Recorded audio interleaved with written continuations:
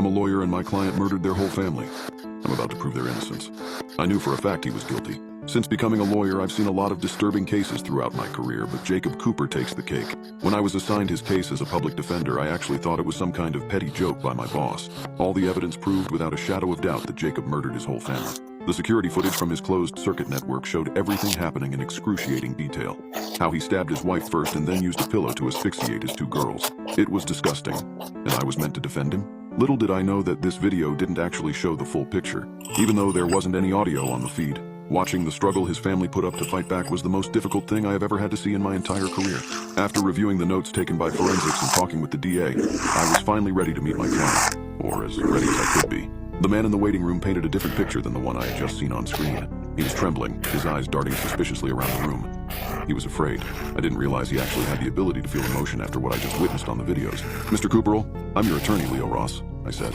He was acting extremely jerky and overly cautious when he replied. Thank God. I was starting to think this was a setup too. "You're not wearing a wire, are you?" No, I can tell. You're safe." "Good. Maybe there's still time." "Slow down there, one thing at a time. Just what exactly are you talking about?" "I'm talking about my life, Mr. Ross. The state wants to lock me away for good, but if I do that, oh God, what will happen to them?" "You're not making any sense." "What will happen to who?" "My family. Dear God, I have to find them and save them." I must have stared at him for a good long minute before I finally answered back. "Mr. Cooper, your family is dead." No. That's exactly what they want you to think." "I'm telling you I'm innocent, Mr. Ross." There was this dangerous, unhinged look in his eyes whenever he said this. I'm not quite sure why. Call it instinct or maybe those years of experience I touched on earlier. But when he said those 4 words, I wanted to believe him. I took out an audio recorder and sat down across from him. I asked him to explain in detail what happened that night. I was thinking his paranoia might get him to spill. I was so wrong. Instead, Jacob started telling me about how he noticed something was wrong when he got back from work. I don't really know how to describe it, but something felt off, you know? Martha was in the kitchen, my girls were playing video games, except, and this is the part where no one believes me, I know, that they weren't my family. I didn't say a word. I was too worried that if I did, I might freeze up the story he was giving me. They acted like my family, but I knew they weren't. Martha wasn't surprised about me coming home early. The girls didn't want to go to the park. They all just constantly had these blank expressions on their faces. I can't even describe it. "Stay on point, Mr. Cooper. What happened next?" He was getting more nervous with each second. I was afraid he might clamp up. "I went to go tuck the girls in and read them a story. They said they loved me when it was over, but I swear they were watching me when I left the room." "Then you went to your bedroom." "I went to our room and spoke to the woman standing there in my room. I needed to know where my real family was. She stared at me and I cooperated. And I snapped.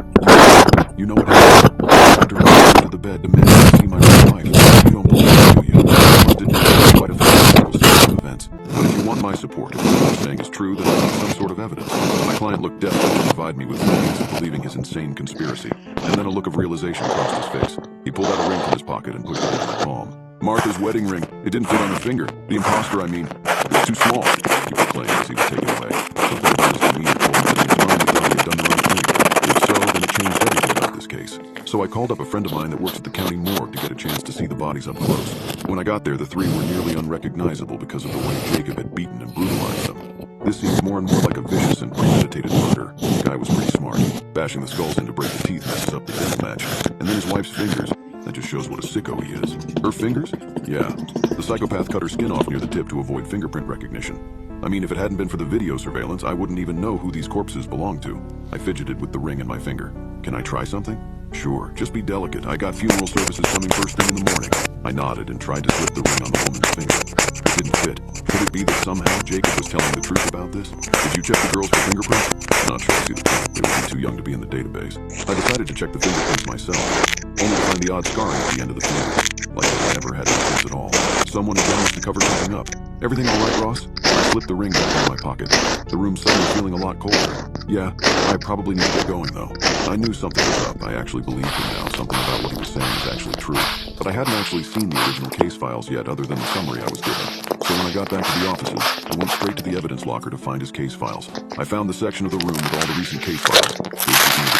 But after 10 minutes of searching through his file, I found nothing interesting. I was starting to think maybe I was wasting my time. I moved to close the drawer in frustration when a box marked for shredding on top of the cabinet caught my eye. I spent the next few minutes reviewing that paperwork, and eventually a few stray images popped out at me. The paperwork had giant stamps all over them saying, "Tests canceled. Funding impeded by FDA. Candidates gone missing." There were photos of people being injected with something. Then there were others showing the same people being placed in body bags. I picked up the last one and saw a news article on a small clinic that was being investigated, and one name among the patients stood out immediately. Jacob Cooper. I slid the file under my arm and walked back out, making sure it was gone. When I got back in, I looked over the papers. All over the papers, I saw the company name Luminaires. I knew something was up when I saw this. I had seen a report that this company was running a massive scam, but most of the reports got magically taken down off the internet. I now wish I had used a VPN to research this, but it's too late now. It seems their current project is a sleep aid for people that suffer from hypersomnia and daytime fatigue. On paper, it seems great curing that. But after doing some more digging, it seems that people going on trial were not returning. But after searching for more info on the dark web, it seemed that people said the drug made their symptoms worse. After a few hours of looking, I stumbled across a video titled Luminaires. I pressed play. I saw an 8-year-old girl in the living room, just standing there as still as a statue. Whoever was holding the camera called out her name. "Melody, sweetie, talk to me." But the girl didn't answer.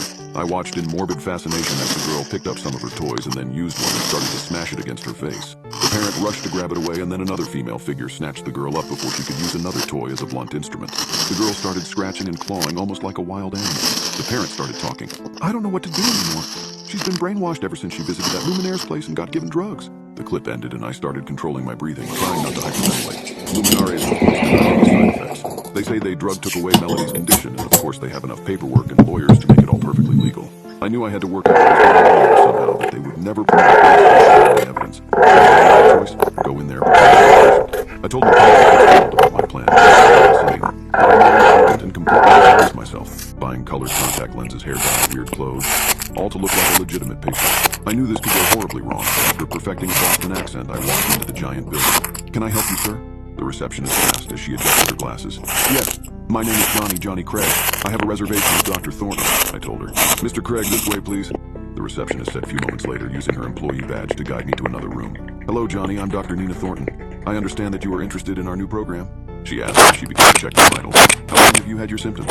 she asked casually. I gave her a generic answer and produced generic results. I had read enough of their testimonials on the website to know the right thing to say. This is actually where I became extremely nervous. I found out that the chances of this drug harming me were very high. It was meant to cause me harm so they could siphon money. I started to think of ways to get out of it and take the evidence I had out of the wing. So when the nurse came in with my IV to give me the drugs, I lied and said I thought I might have an allergy. She frowned and told me she would page the doctor. I figured maybe if I just signed a waiver saying I was no longer interested, I could get off the hook easily. That didn't happen. Instead, Dr. Thornton came into the room looking concerned and holding a syringe with a needle about the size of my thumb. "Mr. Craig, I'm afraid there has been some sort of misunderstanding. My nurse claims that you're worried about an allergic reaction. I just wanted to assure you that Luminaires uses the best products on the market and there is little risk to you. Have you heard otherwise?" she asked. She was trying to be subtle. But I'm a student of body language, and I knew that she suspected me of being a mole. It was clear that she didn't know for what reason I was there, but she was onto me. I relaxed in the chair and smiled nervously. "No, Doc, I guess it's just I wish I could meet some of the other patients you've had. Here's some success stories." Nina nodded absently and gestured for 2 nurses to approach my chair. Before I knew it, they were strapping my legs and arms down. "Hey, what's the big deal?" For all I knew, they had been monitoring the case and were now simply going to clean up loose ends. She plunged the needle in. I tensed up and I felt my body begin to jerk. "Listen to me, I'm refusing treatment. If you do this now, I'll sue," I stammered. The older woman paused at the door, giving me a look that was as cold as ice. "Well, it's a good thing that you have a good lawyer, Mr. Ross," Nina said as she gave me one final look into the room. There was no denying it now. They were trying to unalive me. Slowly, the medicine began to drip and slide into my bloodstream. I hate to even describe the experience of what their drug did to me. I truthfully at the time had no clue what the dosage was or what the intent was meant to be, but I felt like I needed to vomit or urinate all at once. I was in and out of consciousness 7 times that I can rightly remember. All I knew for sure is that I was convinced I was going to die here, and that no one would ever even guess it. Then, as I heated another blackout, there was one shining ray of hope. I saw a figure moving toward the edge of the hallway. It was a man, and he was raising his voice to the staff.